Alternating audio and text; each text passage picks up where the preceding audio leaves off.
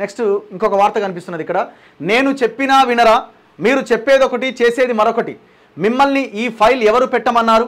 సచివాలయ ఉద్యోగుల సమక్షంలోనే సీఎస్ పైన సీఎం రేవంత్ రెడ్డి సీరియస్ అయిందట. ఏపీ ఉద్యోగుల ఫైల్ వాపస్ చేసిన సీఎం, విజయక్రాంతి కథనం పైన ఉద్యోగుల హర్షం. ఏందిది? వీళ్ళు మొన్న ఒక వార్త రాశారు. సచివాలయంలోకి ఏపీ ఉద్యోగులు సెక్షన్ ఆఫీసర్లుగా 40 మంది, అసిస్టెంట్ సెక్షన్ ఆఫీసర్లుగా 20 మంది. ఏపీ స్థానికత ఉన్నప్పటికీ వేరువేరు కారణాలతో తెలంగాణకు వస్తున్న మరో 1800 మంది ఉద్యోగులట.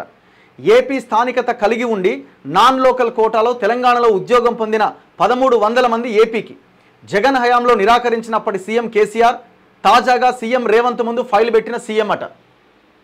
మరి ఫైల్ పెట్టిన సీఎస్ అట. మరి శాంతికుమార్ గారికి అంత ఇంట్రెస్ట్ ఏందో మరి ఆ ఫైల్ మీద.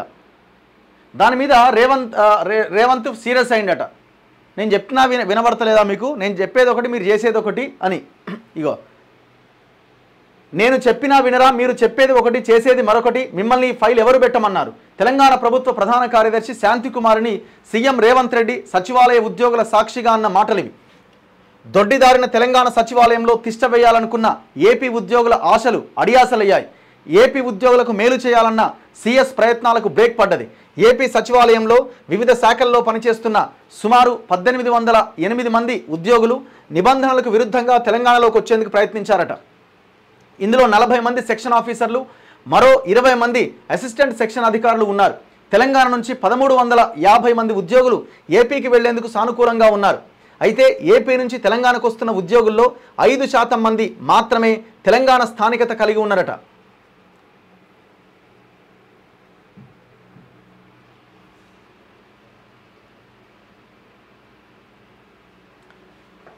తెలంగాణ నుంచి ఏపీకి వెళ్తున్న వారు మాత్రం 98% ఏపీ స్థానికత కలిగిన ఉద్యోగులు.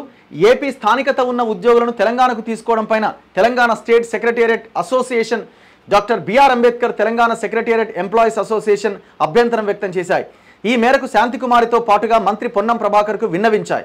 మంత్రి సానుకూలంగానే స్పందించినప్పటికీ ఫలితం లేకపోవడంతో సచివాలయ ఉద్యోగులు రేవంత్ రెడ్డి దృష్టికి తీసుకుపోయారట. సచివాలయంలోని 2 ఉద్యోగ సంఘాలు కూడా సీఎంకు వేరువేరుగా వినతి పత్రాలు అందించాయి. కానీ సీఎస్ శాంతికుమారి ఆగమేఘాల మీద తెలంగాణకు రావాలి అనుకున్న ఏపీ ఉద్యోగుల ఫైల్ సీఎం రేవంత్ రెడ్డి ముందు పెట్టారు. ఈ వ్యవహారంపై విజయక్రాంతి దినపత్రిక ఆదివారం సంచికలో సచివాలయంలోకి ఏపీ ఉద్యోగులు శీర్షికతో ప్రచురించిన కథనం రాష్ట్ర వ్యాప్తంగా సంచలనంగా మారింది. తెలంగాణ సచివాలయంలోకి ఏపీ ఉద్యోగులను ఎలా తీసుకొస్తారు అని తెలంగాణ ఉద్యోగ సంఘాల నాయకులు ఆగ్రహం వ్యక్తం చేశారు. దీంతో ప్రభుత్వం వెంటనే దిద్దుబాటు చర్యలు చేపట్టింది. ఏపీ ఉద్యోగుల ఫైల్ను సీఎం వాపస్ చేసినట్లు సచివాలయ వర్గాలు తెలిపాయి. ఈ వ్యవహారంలో సీఎస్ తీరుపై సీఎం తీవ్ర అసహనం వ్యక్తం చేసిందట.